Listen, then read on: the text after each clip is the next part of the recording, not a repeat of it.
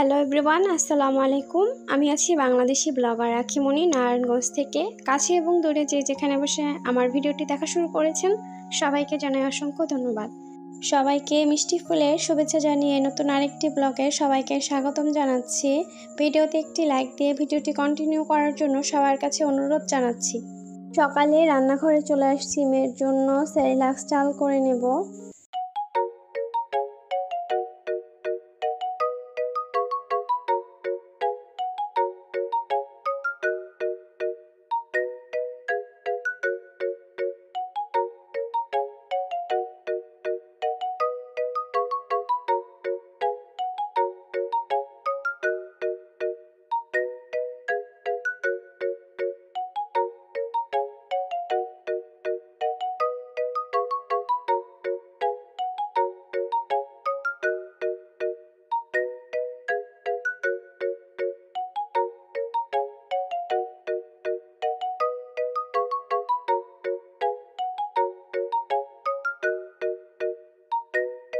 এই তো এখানে সেরিলাক্স চাল করে তারপর ঠান্ডা হওয়ার জন্য রেখে আসলাম। এখান থেকে ওর বাবা চলে যাচ্ছে আর আমার মেয়ে আল্লাহ হাফেজ জানাচ্ছে।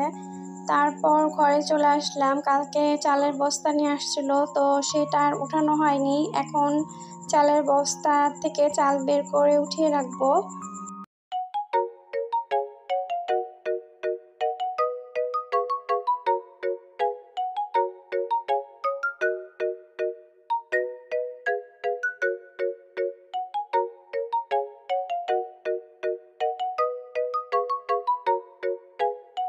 তো আমি এখানে চালগুলো একটু একটু করে তুলে রাখছিলাম। তো আমার ছেলে এসে বলতেছে, আম্মু আমার কাছে দাও, আমি একেবারে উঠিয়ে তারপর রেখে দেই। মাশাআল্লাহ, ছেলে বড় হয়ে গেছে। তো এই তো এখানে ও কিন্তু যে চালগুলো বাকি ছিল সেগুলো তুলে রাখছে। তো আমার কাজে হেল্প করছে বলে আমি ওকে কিছু টাকা দিলাম মজা খাওয়ার জন্য। তো 2টা আইসক্রিম নিয়ে আসছে, একটা ওর বোনের জন্য আর একটা ওর জন্য, এনে তারপর খাচ্ছিল। আজকে অনেক বেশি গরম পড়ছে, তাই মনে হয় আইসক্রিমই নিয়ে আসছে। আমার বিয়ের 10 বছর চলছে। এই 10 বছরের মধ্যে আল্লাহ পাক আমাকে 2টি সন্তান দান করছে, একটি ছেলে একটি মেয়ে। তো আল্লাহর কাছে অনেক অনেক শুকরিয়া যে আল্লাহ আমাকে মিল মতোই 2টি সন্তান দিছে। যখন আমাদের বিয়ে হয় তখন আমি এবং আমার হাজবেন্ড 2জনই স্টুডেন্ট ছিলাম। তো তখন আমাদের কোনো বাড়ি সংসার কিছুই ছিল না। তো আল্লাহ পাকের অশেষ রহমতে আজকে কিন্তু আমরা পরিপূর্ণ, আমাদের নিজেদের একটা বাড়ি হয়েছে, সংসারও হয়েছে। মানুষের জীবন কিন্তু কখনোই একরকম থাকে না, জীবন কিন্তু পরিবর্তন হয়ই। যখন আমরা আলাদা হই, আমাদের আলাদা সংসার হয়, তখন আমরা এক রুমের ছোট্ট একটা বাসা নিয়ে আমরা স্বামী স্ত্রী 2জন আমাদের সংসার যাত্রা শুরু করছিলাম। আমি তখন কোনো রান্না বান্না কিছুই করতে পারতাম না। কাজকর্ম মোটামুটি একটু জানতাম, কিন্তু রান্না বান্না একদমই পারতাম না। তো যাই রান্না করতাম হাজবেন্ড কিন্তু কখনোই খারাপ বলতো না।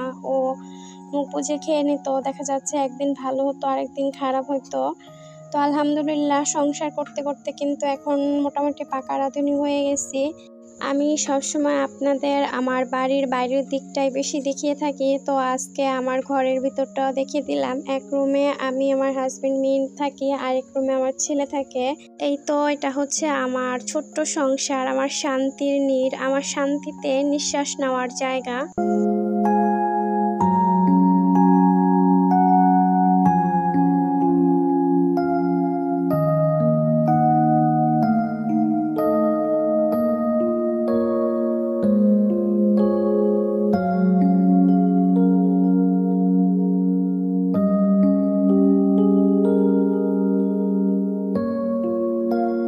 সব কিছুর জন্য আল্লাহর কাছে অনেক অনেক শুকরিয়া জানাই। আলহামদুলিল্লাহ যে আল্লাহ পাক আমাকে এত অল্প সময় অনেক কিছু দান করছে।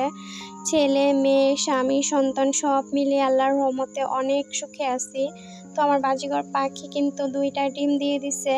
তারপর সব কাজকর্ম শেষ করে রান্নাঘরে চলে আসছি। এখানে ভাতের জন্য চাল ভিজিয়ে রাখছি, আর যা যা রান্না করব সব কিছু এখন কেটে ধুয়ে তারপর রান্না বসিয়ে দেব।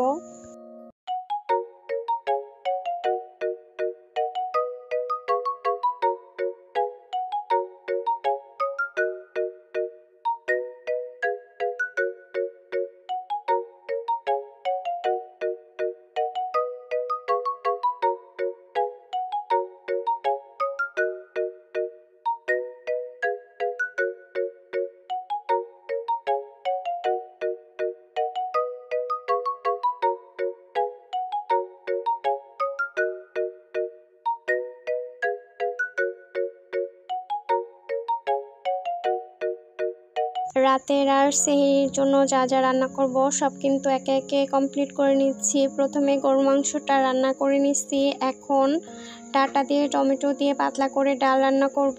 আর ইফতারির জন্য যা যা তৈরি করব সবই কিন্তু রেডি করে নিচ্ছি। এখানে আমি আলু আর ডিম সিদ্ধ বসিয়েছি চপের জন্য।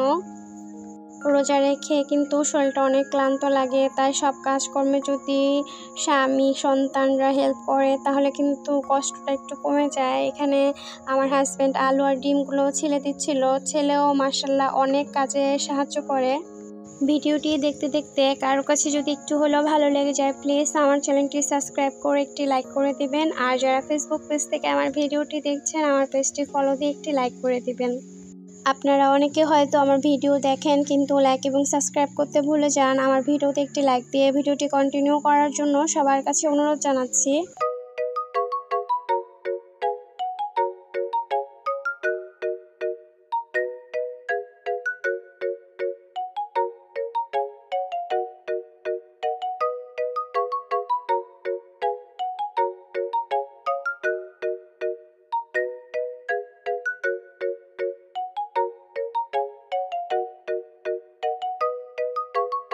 আলহামদুলিল্লাহ, আল্লাহর অশেষ রহমতে রমজানের একটি একটি করে দিন কিন্তু পার হয়ে যাচ্ছে। আর কয়েকদিন পরে কিন্তু খুশির ঈদ। ও পরিবারের সবাইকে সাথে নিয়ে কিন্তু ইফতারিও সেরে নিচ্ছি আলহামদুলিল্লাহ খুব ভালোভাবে। তো আজকের ব্লগটা আমি এখানে শেষ করছি। সবাই ভালো থাকবেন, সুস্থ থাকবেন। আল্লাহ হাফেজ, আসসালামু আলাইকুম।